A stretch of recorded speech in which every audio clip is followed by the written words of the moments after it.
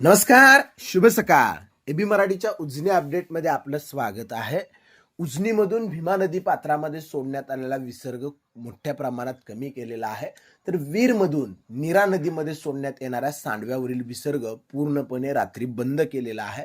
त्यामुळे भीमाकाठी दिलासा मिळालेला आहे. भीमेची पूरसदृश्य स्थिती, पुराचं जे पाणी आलेलं होतं ते ओसरायला सुरुवात होणार आहे. सविस्तर आज सकाळच्या अपडेटनुसार उजनीची टक्केवारी आपण बघितली तर 98.23% इतकं उजनीचं धरण असून उजनीत दौंडमधून येणारा विसर्ग जो आहे तो 32,528 क्युसेक्स इतका आहे. तर उजनीतून भीमा नदी पात्रामध्ये जो 1,10,000 क्युसेकचा विसर्ग काल परवा केला जात होता तो कमी करून आता सध्या 41,600 क्युसेकचा विसर्ग आज सकाळी उजनीतून भीमा नदी पात्रामध्ये केला जातो आहे. आणि त्यामुळेच वीर धरणामधून सांडव्याद्वारे जे सोडण्यात येलेलं पाणी होतं ते पूर्णपणे बंद केलेलं आहे. फक्त 1100 क्युसेकचा विसर्ग अतिवाहकाद्वारे जो आहे तो नीरा नदी पात्रामध्ये येतोय. तर उजनीतला विसर्ग तो सुद्धा 41,000 क्युसेक्स पर्यंत कमी झालेला आहे. आणि त्यामुळेच भीमेची पाणी पातळी ही आजपासून ओसरणार आहे.